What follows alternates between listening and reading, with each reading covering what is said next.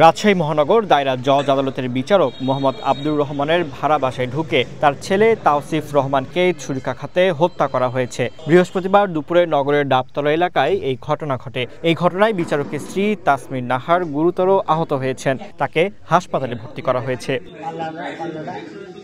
Police জানায় হামলাকারী হিসেবে আটক ব্যক্তির নাম ইমন। ভবনে ঢোকার সময় ওই যুবক বিচারকের ভাই পরিচয় দিয়ে দাওয়ানের কাছে থাকা খাতায় নিজের নাম লিখে 5 তলার ফ্ল্যাটে যান। এই সময় ইমন তাদের উপর হামলা চালান। বিকেলবেলা বাসায় এসে দারোয়ানের কাছে ওখানে এন্ট্রি করে ঢুকছে। তো পরে কিছুক্ষণ পরে যখন বাসার ভিতরে শব্দ হলো তখনই লোকজনে গিয়ে দেখে যে সবাইকে রক্তাক্ত অবস্থা দেখলো। গৃহকর্মী বাসায় ঢুকলে হামলাকারী সহ 3 জনকে আহত দেখতে পান। এরই মধ্যে ভবনের অন্য ফ্ল্যাটের লোকজন চলে আসে, তাদেরকে হাসপাতালে নিয়ে যাওয়া হয়। কি করছে কি বৃত্তান্ত আমি তো অত জানি না, আমি চাচ্ছি যে আগে বাঁচানোর জন্য। আমি নিচে এসে দেখছি যে নিয়ে চলে গেছে, শুধু লোকটাকে আমি দেখেছি।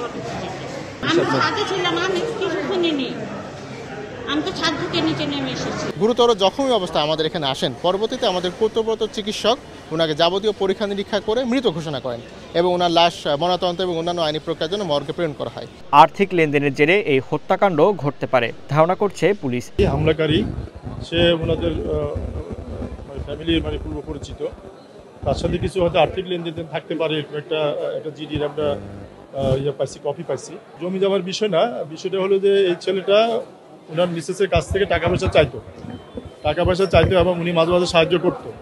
কিন্তু রিসেন্টলি সম্ভবত এই ডিমান্ডটা বেড়ে যাওয়াতে উনি হয়তো টাকাটা আর আর্থিক সাহায্যটা করে না। পুলিশ বলছে আর্থিক লেনদেন নিয়ে ঝামেলার কারণে সিলেটের সুরমা থানায় হামলাকারী ইমনের বিরুদ্ধে সাধারণ ডায়েরি করেছিলেন বিচারকের স্ত্রী তাসমিন নাহার।